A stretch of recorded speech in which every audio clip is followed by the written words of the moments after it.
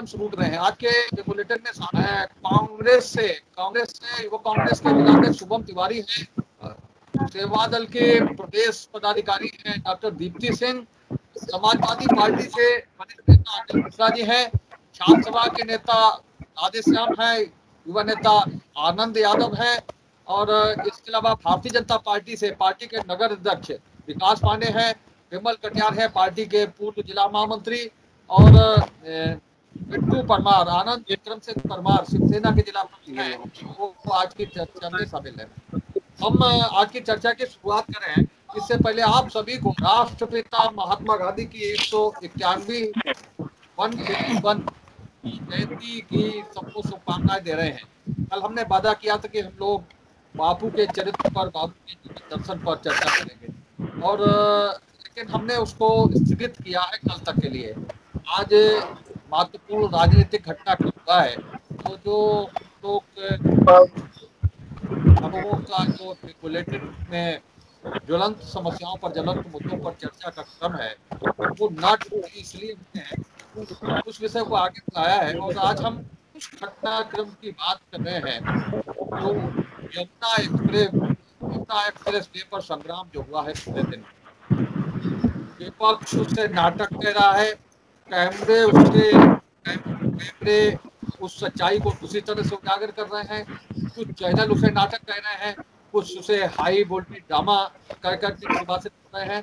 लेकिन जिन लोगों ने पूरी कैमरे की जो रिकॉर्डिंग देखी है, खबरें देखी है पूरे दिन, वो समझ सकते हैं कि जो बर्बरता है पुलिस की और जो रहस्यमय काम पुलिस कर रही है, उत्तर प्रदेश की पुलिस, चाहे को लेकर के वो एक कप्तान साहब के खिलाफ मुकदमा दर्ज होता है हत्या का,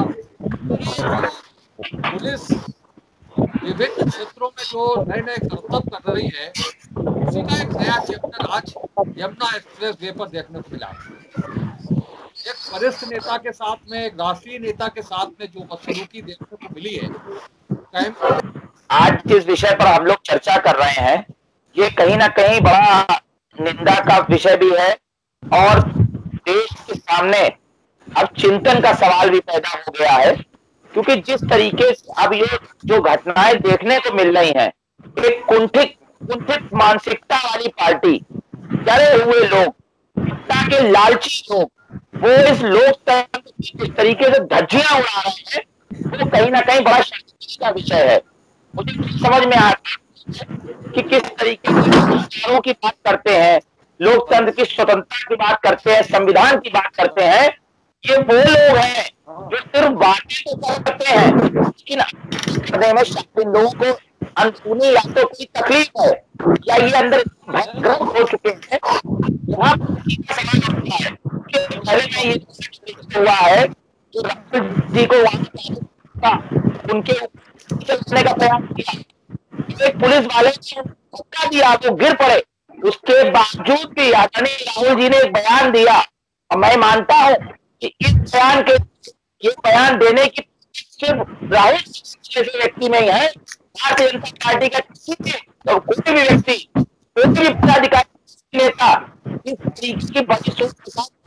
जहां तक बलात्कार का विषय है, बलात्कार के 93% मामलों में, एनसीआरबी के आंकड़े कहते हैं, बलात्कार के 93% मामलों में उनके अपने इन्वॉल्व होते हैं, उनके कोई मिलने वाले रिश्तेदार, दोस्त, ये इन्वॉल्व होते हैं, ना कि कोई अपराधी या इस तरीके के व्यक्ति इन्वॉल्व होते हैं। हम सबको बेहद गंभीर विषय है और इस पर बेहद गंभीरता से चिंतन करना चाहिए था, और हमें चिंता करनी चाहिए थी उस समाज की। लेकिन अफसोस की बात है कि हमें आप सबसे उम्मीद पे एक बार आपने पूरा हमें निराश किया, और आप तो राजनीति करने चले गए, ना कि चिंतन करने चले गए।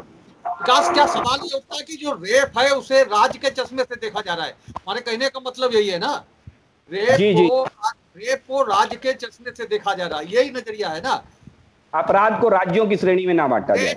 रेप को इस समय रेप की बात चल रही है, रेप को राज्य के चश्मे से देखा जा रहा है। राजस्थान पर नजर नहीं है कांग्रेस की, जी राजस्थान बिल्कुल, पर नजर नहीं है क्योंकि आपकी? वहाँ सरकार उनकी है ना, इसलिए नजर नहीं है। वहाँ जो हो रहा है वो ठीक है। एनसीआरबी ने एक और आंकड़े दिए हैं कि राजस्थान में पिछले 2 सालों में जितने रेप हुए हैं, पूरे भारत में इतने रेप कहीं नहीं हुए। ये एनसीआरबी के आंकड़े हैं, जिन्हें जायज माना जाए तो ज्यादा बेहतर होगा, वरना कांग्रेसी भाइयों की तो आदत है कि ये किसी बात को सही नहीं मानेंगे। हाँ शुभम, क्या ये जो बात कही जा रही है कि राजस्थान में क्यों नहीं इस मुद्दे को उठाया जा रहा है, ये मुद्दा नेशनल चैनल्स पर भी उठ रहा है। अब भारतीय जनता पार्टी के लोग उसे उठा रहे हैं या वास्तव में हकीकत है? क्या क्या सच्चाई क्या है कि राज्य के चश्मे से रेप को क्यों देखा जा रहा है? देखिए ऐसा है, बहुत अच्छी स्पीच डिलीवर करी है विकास जी ने। और भारतीय जनता पार्टी में ये अकेले व्यक्ति हैं जिनकी 56 इंची छाती है, तो किसी भी परिस्थिति में कुछ भी बोलने की ताकत रखते हैं। बहुत बहुत साधुवाद विकास जी आपको, अनैतिकता को नैतिकता में बदलने के लिए बहुत बहुत धन्यवाद। अब मैं साफ शब्द में बोलना चाहूंगा, जिस राजस्थान की घटना को आप इंगित कर रहे हैं, उस घटना को लेकर वहां उसके परिजन कहीं ना कहीं सरकार की कार्रवाई से संतुष्ट है मान्यवर।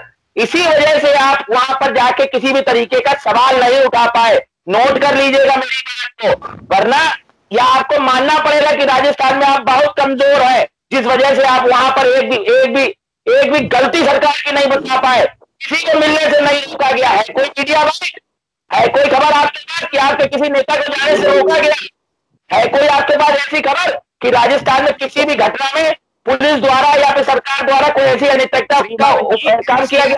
गठन हमने नहीं किया, पूर्व काल से चली आ रही एनसीआरबी के आंकड़ों के मुताबिक राजस्थान में भारत में पिछले 2 सालों में सबसे ज्यादा रेप हुए हैं श्रीमान जी, सबसे ज्यादा रेप। और आप इन सब चीजों से रेप को जस्टिफाई कर रहे हैं, आप उसे जस्टिफाई करना चाहते हैं। आपकी नजर में जो राजस्थान में रेप हुआ वो ठीक है, सरकार ने कार्रवाई कर दी, बस लीपापोती कर दी, आपकी नजर में वो जस्टिफाई हो गया। कार्रवाई तो हमने भी अमल में लाई, चारों अपराधी आज सलाखों के पीछे हैं, कार्रवाई तो हमारे यहां भी हुई है। ये सुनने की क्षमता तो रखिए, डरते क्यों हैं योगी जी की तरह? योगी जी की तरह डरिए, जाने से रोक आपको सत्ता बर्दाश्त नहीं हो रही, आपको सत्ता के भूखे हैं आपको एन केन प्रकारेण सत्ता चाहिए, सत्ता को लालुकता में आप अंधे हो चुके हैं श्रीमान जी, बस इतना ही कहूंगा मैं। सत्ता के लिए आप इतने बिना गिरिए। चलिए अब तो शांत होंगे, इतना कह के योगी जी अब आपको प्रमाण पत्र देंगे बहुत बड़े पदाधिकारी का। आप जरा जवाब दीजिए कि कांग्रेस को तो जाने से रोक दिया, जो निर्भया की वकील रह चुकी थी, उन निर्भया को आज जाने से क्यों रोका? उनसे आपको क्या तकलीफ थी साहब? आप लोगों ने पीड़िता के परिजनों को कैद कर दिया है, आप मिलने नहीं दे रहे हैं। और विकास जी, कम से कम भारतीय जनता पार्टी में वो नेता बन के दिखाइए जिससे योगी जी भी कहे कि ये कैसा व्यक्ति है जो सच्चाई बोल गया। कितना डर खौफ आपके अंदर है साहब? रात के 2:30 बजे बच्ची की लाश को जलवाने की क्या जरूरत थी? ये हिंदुत्व है? आप लोगों ने हिंदू के संस्कारों को कहीं ना कहीं खंडित कर दिया है साहब। आप लोगों ने दलित समाज को ये बता दिया कि तुम हिंदुत्व में नहीं आते हो, जवाब देना पड़ेगा। आप बोलने से डरते हैं, राम को काल्पनिक कहते हैं, वो इस तरीके की राजनीतिक टिप्पणी ना करें, हिंदुत्व में ना बांटें इसे। मेरा ये आपसे आग्रह है कि हमेशा आपने जातिवादी राजनीति की है, धर्म की राजनीति की है और देश को दंगों में झोंका है। आज आप इस तरीके की राजनीति करके आज जातिवाद और विघटन की राजनीति ना करें। ना रेप करने वाले का कोई धर्म है, ना अपराधी का कोई धर्म है, ना पीड़ित का कोई धर्म है, ये समझने का प्रयास करिए श्रीमान जी। आप क्यों इतना गिर के राजनीति करते हैं भाई? सत्ता आएगी और जाएगी, चाहे हम आप हो। लेकिन कितना डरते हो भाई आप लोग? कम से कम सुना तो करा करो, दूसरे के नंबर पे तो बोलने तो डरते क्यों हो?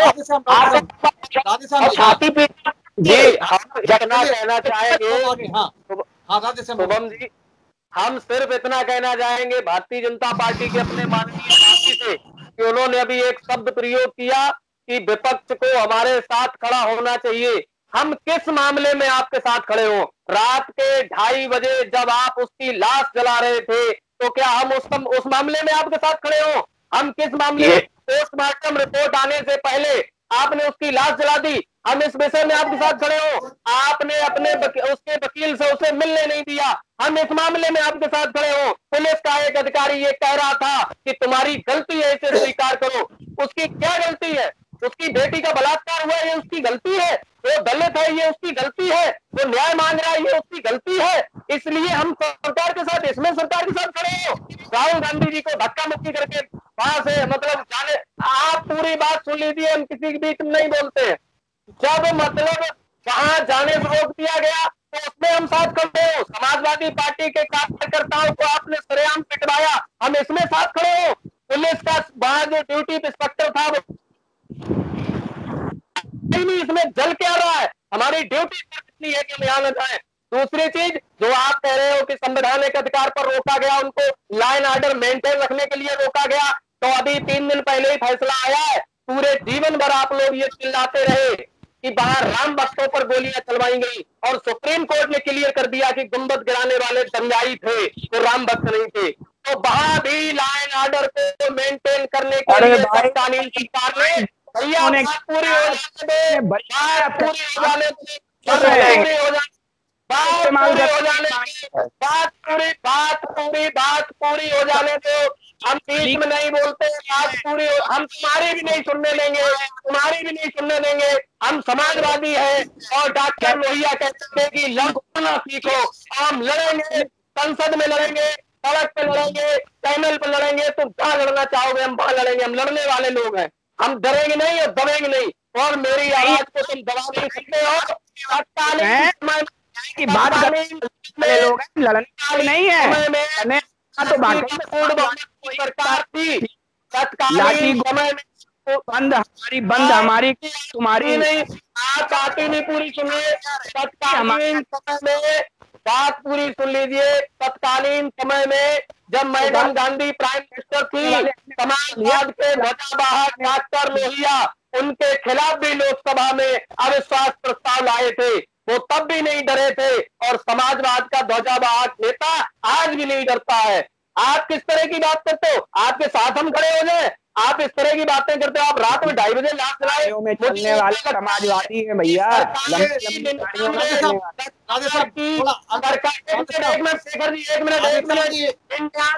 सरकार की 99 गलतियां जनता माफ कर चुकी है, और कहते हैं कि जनता भगवान का रूप होती है। 100वीं गलती भी सरकार पूर्ण कर चुकी है, और ठीक समय आने पर लोकतंत्र में लोक शक्ति का सुदर्शन चलेगा, और राजमहल में बैठे हुए सत्ता मद में मदान्ध लोगों को 4 दीवारी से खींचकर अल्पविराम। हाँ, अनिल मिश्रा जी, राधे श्याम, बड़ा जोर से बड़े बहुत आश्चर्य, पार्टी के नेता। हाँ, बहुत आश्चर्य की बात है शेखर जी कि हमारी संवेदना जो है उसके साथ है, लेकिन उसकी वेदना पे हमारी निगाह नहीं पड़ रही। बहुत बढ़िया, बहुत बढ़िया। इस साहिल के तमाशाई हर डूबने वाले पर अफसोस तो करते हैं, इमदाद नहीं करते। हम भगवान राम का सच्चा भक्त उसको मानने को तैयार हैं जो अधर्म के खिलाफ लड़ाई लड़ा हो, और हैवानियत का इतना नंगा नाच, अधर्म इतना खुलेआम पनप रहा हो और हम मौन हो, हमारे मुंह से शब्द न निकल रहा हो। हमें चिंतन करना चाहिए झांक करके कि हम सच्चे भक्त हैं कि नहीं हैं। मैं निंदा करता हूं, और मैं कहता हूं कि सरकार को जो इस वक्त के ऊपर इस्तीफा देना चाहिए। अगर जरा सी भी संवेदना बाकी बची है उस बच्ची की माँ के साथ, उसके आंसुओं के साथ, उसकी पीड़ा के साथ, उसकी कराह के साथ, अगर कहीं पे जरा सा भी संवेदनशीलता हो तो इस्तीफा देना चाहिए। सत्ता बहुत छोटी चीज है, और फिर किसी योगी के लिए तो सत्ता कोई माने नहीं रखती।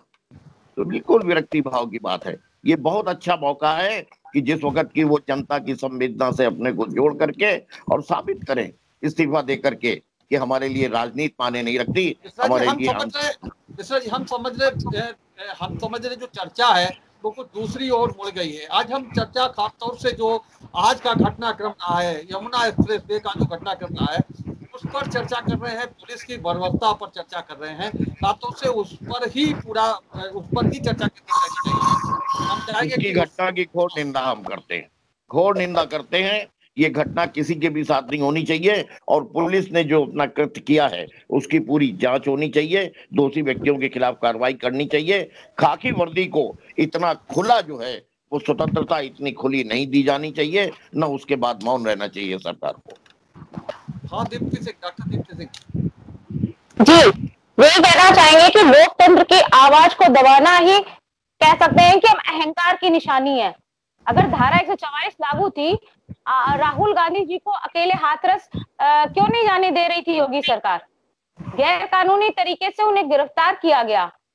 उत्तर प्रदेश पुलिस द्वारा किया गया ये जो अमानवीय व्यवहार है, केंद्र और प्रदेश में बैठी सरकारों की कमजोर और लाचार मानसिकता को दर्शाती है। जुल्म का शिकार जो बेटी हुई है, उसके परिवार वालों से मिलने जा रहे थे जो लोग और सांसद, उनके साथ ऐसा व्यवहार किया गया। एक सांसद के साथ ऐसा करना यानी कि उनका अपमान ही नहीं है, बल्कि एक लोकतंत्र का अपमान भी है कि आप एक बच्ची को न्याय देने वालों के साथ जो लोग खड़े हो रहे हैं, आप उनके साथ में इस तरह का बिहेव कर रहे हैं। तो मैं कांग्रेस पार्टी और सभी लोग, जितने भी लोग हैं, सभी लोग इसकी घोर निंदा कर रहे हैं कि योगी आदित्यनाथ जी अपनी सरकार चलाने में, महिलाओं को सुरक्षा देने में बिल्कुल पूरी तरह से फेल है। उन्हें इस्तीफा दे देना चाहिए। अब तो इस्तीफा मांग रही है कांग्रेस। आज के दिन जो घटनाक्रम हुआ है, उस पूरे घटनाक्रम को कांग्रेस आज इस्तीफा मांग रही है। विकास, सारे सवाल सुने हैं आपने? जी बिल्कुल। विकास पांडे, आपने सारे सवाल सुने हैं, तमाम पीड़ाएं हैं कांग्रेस और समाजवादी पार्टी के लोगों से। आप हम चाहेंगे कि एक बार फिर आप कुछ अपनी बात स्पष्ट करें, जो सवाल उठ रहे हैं पूरे घटनाक्रम को लेकर के, और खासतौर से विपक्ष के नेता के साथ व्यवहार को लेकर के, पुलिस के व्यवहार को लेकर के, उस पर कुछ नजर इनायत हो आपकी, ताकि लोग जान सके कि क्या सरकार का नजरिया है। देखिए, अगर कुछ गलत हुआ होता तो राहुल गांधी जी ने, जैसा शुभम जी ने कहा है कि उन्होंने खुद से कह दिया कि हल्का फुल्का धक्का कई बार भीड़ भाड़ में लग जाया करता है। ये स्वयं राहुल गांधी जी का बयान है। क्या वो आपके योगी जी की तरह होते सदन में? अब हम भी नहीं सुनने देंगे, आप मेरी बात सुनिए। क्या वो आपके भारतीय जनता पार्टी के लोगों के तरीके सदन में रोते कि मुझे तकलीफ हो रही है, मुझे जीने नहीं दिया जा रहा है? वो राहुल गांधी है, भारतीय जनता पार्टी के लोगों के तरीके से आडंबर नहीं करते हैं, दावा नहीं करते हैं। कल्चर बनाए जी, ये भगवा के नाम पे आतंकवाद आप फैला रहे हैं, इसे बंद करिए साहब। हो गया उत्तर प्रदेश जिस तरीके से आप लोगों ने व्यवस्था बना रखी है, हिंदुत्व का नाम लेके आप लोग से जनता की गला घोटने का काम किया है। शर्म आनी चाहिए भारतीय जनता पार्टी के लोग। कब तक अपना जमीर बेचेंगे भारतीय जनता पार्टी के लोग? कब तक बेचेंगे? सच्चाई क्यों करते हैं आप लोग? इंटर कॉलेज तक जेल बना दिए गए थे, क्या तब लोकतंत्र की हत्या हुई थी या अब लोकतंत्र की हत्या है? ये वो मोहतरमा बहुत बेहतरी से जानती होंगी कि ये लोकतंत्र की हत्या जिनके सर माथे की गई है, जो क्या अध्याय के इतिहास में लिखा गया है, लोकतंत्र की हत्या है। जब देश के कलमकारों से लेकर के, देश के राजनीति से लेकर के आम आदमी के भारतीय जनता कॉलेज बना दिया था, इमरजेंसी लाने, इमरजेंसी के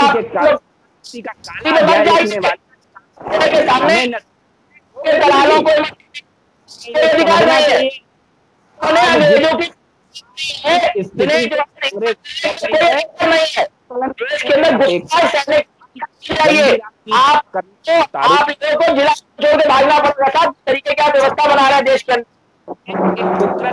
ऐसे कुकृत्यों को सलाखों के पीछे नहीं, फांसी पर सीधे लटकाना चाहिए।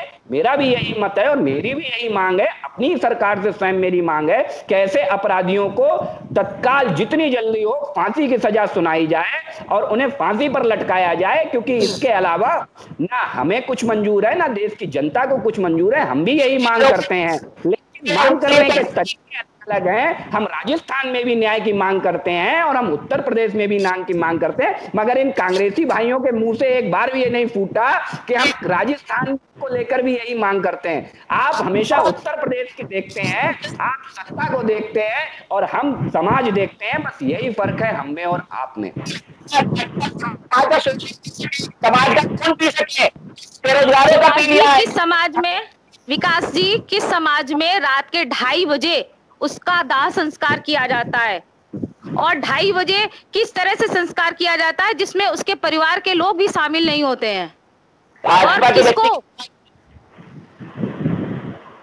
आपने ये कहा विषय- दाह था संस्कार की एक क्रिया होती है, एक क्रिया कर्म होता है, कुछ घंटों का प्रावधान होता है जिसमें परिवार के लोग होते हैं, लेकिन वहां पर एक भी परिवार का सदस्य नहीं था। और साथ में ही ना ही दाह संस्कार में जो प्रयोग की जाने वाली चीजें होती है ना ही वो थी। क्या किससे जलाया गया उसे? मिट्टी के तेल, पेट्रोल, डीजल क्या डाल के उसे फूका गया? सोशल मीडिया पर एक वीडियो मैंने देखा है, मैं इसकी चीज की बहुत बेहद पुष्टि नहीं कर सकता, लेकिन मैं स्पष्ट कह दूं, सोशल मीडिया पे एक वीडियो आया है जिसमें उसके जो है वो पिताजी उसकी अपनी लड़की की जो चिता जल रही है उसको नहीं दी जाती है, वो दे रहे हैं। ये विषय एक आया है वीडियो, लेकिन आपको ये चीजें समझनी पड़ेंगी कि आप ऐसी राजनीति ना करिए कि जिससे जनता का भी हित आए तो और समाज का भी हित तो। मेरा उसके पिता ने उस वीडियो का खंडन कर दिया है विकास जी, का विषय है ही उसके नहीं, पिता ये ने उस राजनीति वीडियो के का विषय है ही खंडन कर नहीं। दिया है। एक महिला का दर्द है मैंने- कि उसको एक दाह संस्कार भी नसीब नहीं हुआ। नहीं, उसका मरने के पहले का बयान भी आया था। साहब, विकास जी, बयान आया। एसआईटी गठित कर दी है, आप ये भी समझिए, माननीय योगी जी ने एसआईटी गठित कर दी और एसआईटी को तत्काल इसकी जांच शुरू करके और तत्काल इसकी रिपोर्ट देने के लिए कह दिया गया है और उन चारों आरोपियों को जेल में भी डाल दिया गया है। ऐसा नहीं है। बनाएंगे साहब आप। निर्भया आपकी दिल्ली में सड़कों पे रेप होता रहा, जहां आपकी नाक के नीचे। ये ज्ञान ना दीजिए हमें, आप ये ज्ञान ना दीजिए। निर्भया चलिए, आज की चर्चा को यही समाप्त कर रहे हैं। अनिल मिश्रा जी, भूल जाइए। अनिल मिश्रा जी, आज की चर्चा का समापन करिए और पार्टी के नजरिए से नहीं, संपादकीय नजरिए से आपके शब्दों में हम आज की चर्चा का समापन कर रहे हैं। आप 1 मिनट में आप पूरे जो चर्चा रही है उसका कंक्लूजन करिए और उसके साथ ही आज की चर्चा का समापन हम लोग करें। देखिए, बड़ा स्पष्ट बात है